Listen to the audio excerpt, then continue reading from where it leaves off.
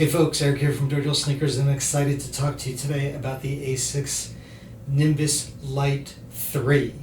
Now, if you watch my channel, it should come as no surprise to you that I was psyched to get this shoe to review. So up front, you should know that ASICS did send me these kicks, but they have no impact on what I'm saying about them and will not review this footage before I post it. I want to start out by saying that I think comparing these shoes to the new Nimbus model is almost unfair, since these are great shoes in their own right and should be looked at as separate from the regular Nimbus.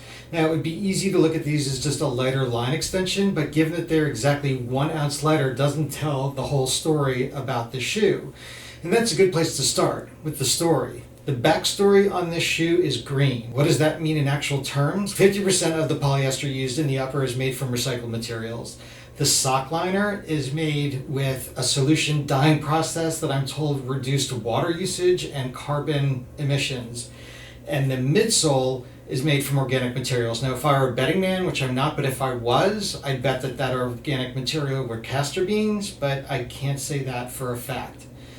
So while there are other running shoe companies out there that have a green backstory, and some might even have more of a story to tell, we can see that ASICS is at least doing its part to be a good corporate citizen.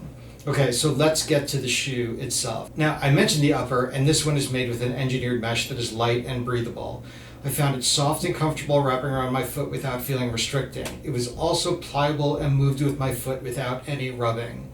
Now, just like the Nimbus 24s, the Lite 3 uses a gusseted tongue that changes the game for this shoe. It wraps around your foot and is super comfortable. Like the 24s, I found that the tongue on this was a little bit long, but I didn't feel like it made a difference when I was wearing them and when I was out running in them. This new tongue design really made the feel of the shoe completely different in my opinion, but we'll get to that a little bit more.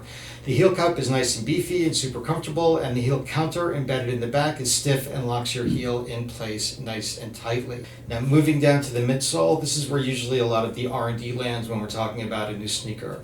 We're looking at a 25 millimeter stack height with a 10 millimeter drop from heel to midfoot. So 25 in the heel to 15 in the forefoot of the men's, with the women's version coming at a 27 millimeter stack height and dropping to 14 in the forefoot.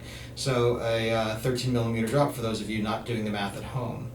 The midsole is made from ASICS proprietary Evo foam, which they've been using for a number of years, called Flight Foam.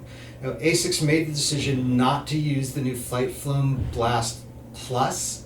That's the material that they're using in the Nimbus 24s, which is a bit lighter. They did, however, make the platform a little bit wider and use laser cut sidewall detailing that you can see here with all of these little pinpricks. This detailing helps with the midsole deformation when you strike, which gives you more of that bounce when it reforms.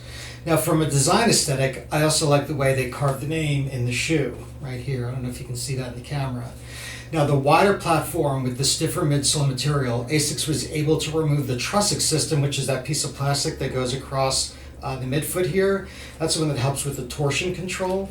Now, removing that piece of plastic lightens the shoe a bit, which is kind of the name of the game when you get down to it with this model.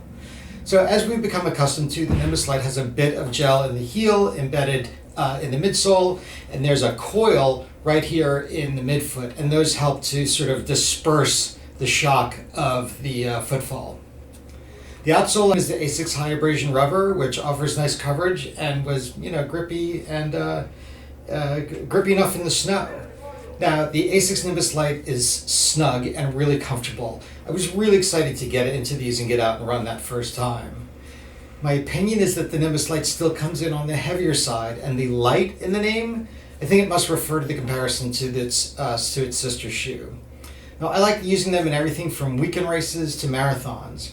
From design to performance to fit, I loved everything about the Lite, and I can't talk enough about how that tongue impacts the way the shoe feels when you put it on. It really makes a huge difference. I think you need to put them on to understand it. So go down to your local running shop and try these on, get on their treadmill.